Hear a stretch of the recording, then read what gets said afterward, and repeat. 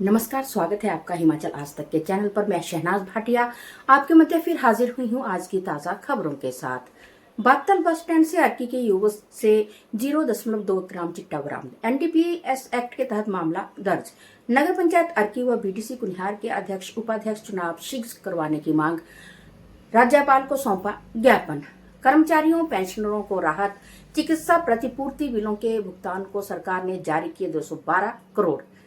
सरकार ने किया था चुनाव टालने का प्रयास, जयराम का आरोप। अब जीते हुए सदस्यों पर बनाया जा रहा दबाव। सीबीएसई का फैसला, तीसरी भाषा में नहीं होगी बोर्ड परीक्षा। 9वीं में पढ़ रहे छात्रों को भी एक बार की छूट। सावधान, ई पेन डाउनलोड करने के झांसे में फंसा रहे साइबर ठग, ऐसे कर रहे फिशिंग मेल की पहचान। राधापालमपुर सुमन मंडी की मेयर बहिष्कार के कारण धर्मशाला और सोलन में टले चुनाव। क्या रहेंगे सोने चांदी के दाम व अन्य समाचार। अब समाचार विस्तार से। अर्की उपमंडल के बात्तल बस स्टैंड के क्षेत्र में पुलिस ने अर्की के एक युवक से 0.21 ग्राम चिट्टा हेरोइन बरामद किया है।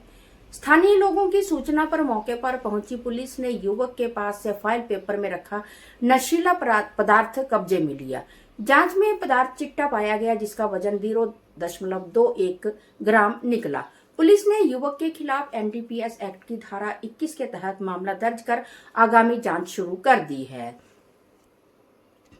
भाजपा अर्की मंडल ने नगर पंचायत अर्की और बीडीसी कुनिहार के अध्यक्ष एवं उपाध्यक्ष के चुनाव शीघ्र करवाने की मांग को लेकर तहसीलदार अर्की के माध्यम से राज्यपाल के नाम ज्ञापन सौंपा। पूर्व विधायक गोविंद राम शर्मा के नेतृत्व में भाजपा नेताओं ने कहा कि चुनाव संपन्न हुए काफी समय बीत चुका है, लेकिन अध्यक्ष और उपाध्यक्ष का चयन नहीं हुआ है, जिससे विकास कार्य प्रभावित हो रहे हैं। भाजपा ने जल्द चुनाव करवाने की मांग करते हुए चेतावनी दी है कि देरी होने पर आंदोलन तेज किया जाएगा।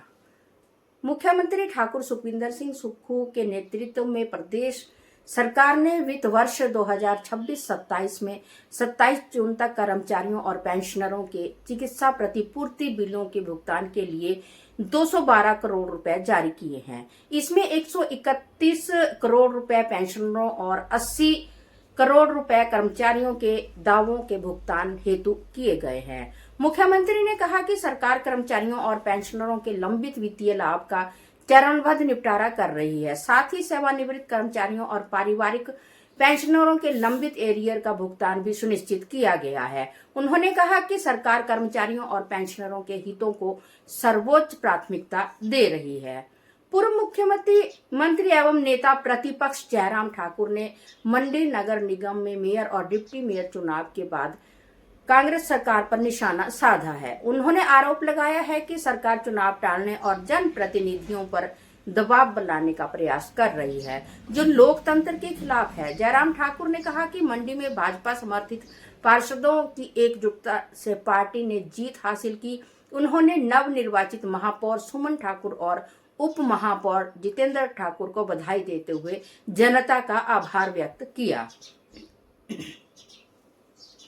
सीबीएसई ने राष्ट्रीय शिक्षा नीति 2020 के तहत 3 लैंग्वेज पॉलिसी को लेकर नई गाइडलाइन जारी की है। बोर्ड ने स्पष्ट किया है कि वर्तमान 10वीं के छात्रों पर यह नीति लागू नहीं होगी।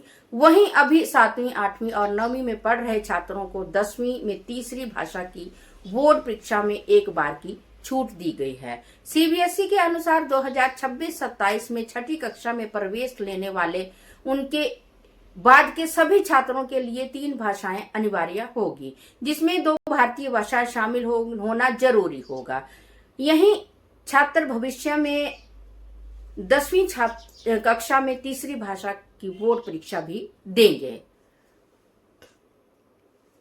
साइबर अपराधी अब फर्जी ईमेल भेजकर ई पेन डाउनलोड कराने के नाम पर लोगों को ठग रहे हैं। साइबर सेल शिमला ने एडवाइजरी जारी कर कहा है कि ऐसे संदिग्ध लिंक पर क्लिक करने से आपकी व्यक्तिगत और बैंकिंग जानकारी चोरी हो सकती है। लोगों से अपील की गई है कि किसी भी अनजान ईमेल लिंक या अटैचमेंट पर भरोसा न करें। ई पेन केवल आधिकारिक वेबसाइटों से ही डाउनलोड करें और किसी भी संदिग्ध ईमेल को तुरंत स्पैम या रिपोर्ट करें। साइबर सुरक्षा के लिए एंटीवायरस और अन्य सुरक्षा उपाय अपनाने की भी सलाह दी गई। हिमाचल के 4 नगर निगमों में नवनिर्वाचित पार्षदों का शपथ ग्रहण समारोह आयोजित हुआ। मंडी नगर निगम में भाजपा की सुमन ठाकुर मेयर और जितेंद्र शर्मा डिप्टी मेयर चुने गए, जबकि पालमपुर में कांग्रेस की राधा सूद लगातार दूसरी बार मेयर और नीलम मलिक डिप्टी मेयर बनी। वहीं धर्मशाला और सोलन में मेयर एवं डिप्टी मेयर के चुनाव टल गए। धर्मशाला में कांग्रेस पार्षदों ने वॉकआउट के कारण कोरम पूरा नहीं हो सका, जबकि सोलन में भी चुनाव स्थगित कर दिए गए। धर्मशाला में अब 1 जुलाई और सोलन में 2 जुलाई को चुनाव होंगे। तो चलिए चलते हैं सोने और चांदी के दामों की ओर।